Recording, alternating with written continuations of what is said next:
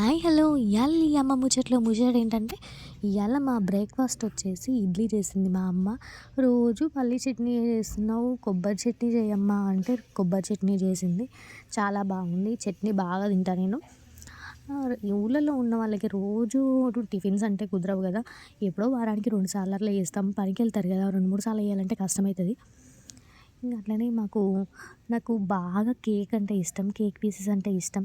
అది తినేది కొంచెమైనా గానీ దాని మీదకి ఎందుకో పానం బాగా కొట్టుకుంటది. తినాలి తినాలి అనిపిస్తది.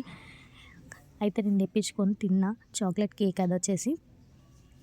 ఎందుకో తెలవదు గానీ చిన్నప్పటి నుండి కేక్ అంటే బాగా ఇష్టము. ఊకే తినాలి తినాలి అంటది. కానీ గింతంతనే తింటా. దానికంటే ఎక్కువ తినలేను. ఇదొచ్చేసి పాల పొడి. నా బేబీ కోసమని నేను పాలపొడి తీసుకొచ్చాను. అట్లా ఎక్స్‌ట్రా పెట్టుకుందాం ఎప్పటికైనా యూజ్ అయితదేమో అని పెట్టుకుంటే, అది నా బేబీకి గాదు నాకు యూజ్ అయితుంది. ఈ పాలపొడి తింటారని నాకు తెలవది.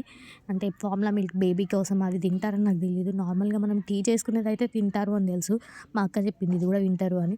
అయితే ట్రై చేసిన. సేమ్ మన పాలపొడి మనం తింటాం కదా, రూ. 5 ప్యాకెట్‌లో మేము కొనుక్కొచ్చుకునేటోళ్ళం చిన్నప్పుడు.